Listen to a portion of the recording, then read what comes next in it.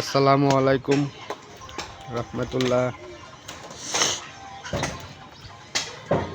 আশা করি সবাই ভালো আছেন, আমিও ভালো আছি।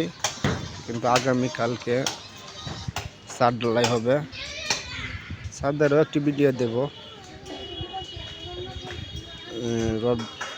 রডগুলা বান্ধা শেষ, সিঁড়ির কাজ করব, করার পরে শেষ হয়ে যাবে। কিন্তু মধ্যে মধ্যে কাজের ঝামেলার জন্য ভিডিও দিতে পারি না বা পিকও দিতে পারি না।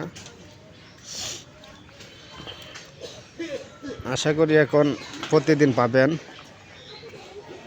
এই যে দেখেন কঞ্চিল ছাদ,